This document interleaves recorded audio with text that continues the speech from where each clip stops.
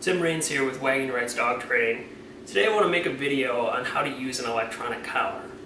But before we go ahead and put it on a dog, I do want to clear up a couple myths about electronic collars. So the modern electronic collar is a very beautiful tool. It can be used in a multitude of ways, and it's not always the way that people have it in their head, what they pre-think about these. So the modern electronic collar, just to show you, has 0 to 100 levels. And the thing that's really important about this is that they go up by ones.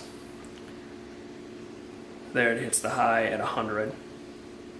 So as opposed to older collars where there was really, initially only 3 levels to them, when they were all too harsh for the dog and a different type of stimulation than there is now, everything would be what's called over threshold to the dog. With this collar, you can really find that perfect level where your dog works at, where when you're doing low-level electronic collar work, you just want it to be to the point where the dog notices it and it's valid enough in the moment to get your dog's attention, and that's called a working level. And we'll be showing with Raina how we're going to figure out what her working level is. So with these collars, this is EMS technology, and EMS stands for electronic muscle stimulation. And what that is the same type of technology. If you've ever had physical therapy or go to a chiropractor or anything like that, they have this machine called a TENS unit. And what a TENS unit does is they hook it up to your muscles and it can pulse your muscles. So this is something that, has a sensation to it, but it is not necessarily painful, and that's the correlation I'm trying to make with these.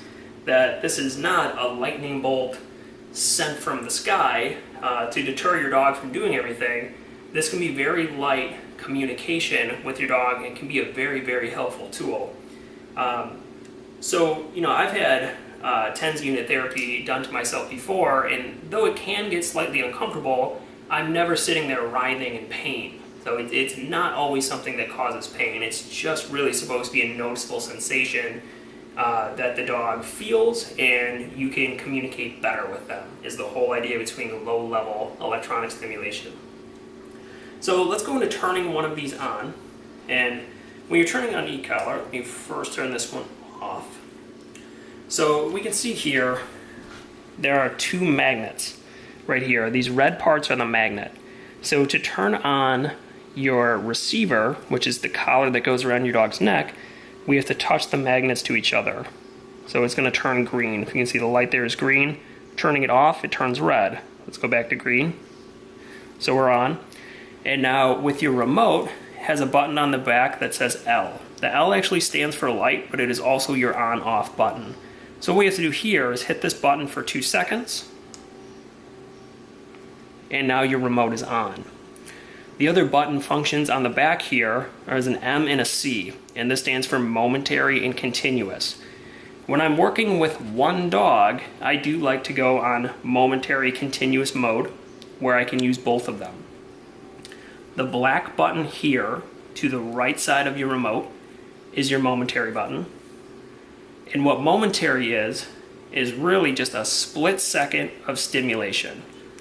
So I use my momentary more for a correction versus low-level negative reinforcement, turn off this collar type of work. And continuous, so momentary, to go back on this for a second, even if I hold it, it only flashes for a split second, even if I hold it. The difference between continuous is I can hold it and the stim stays on.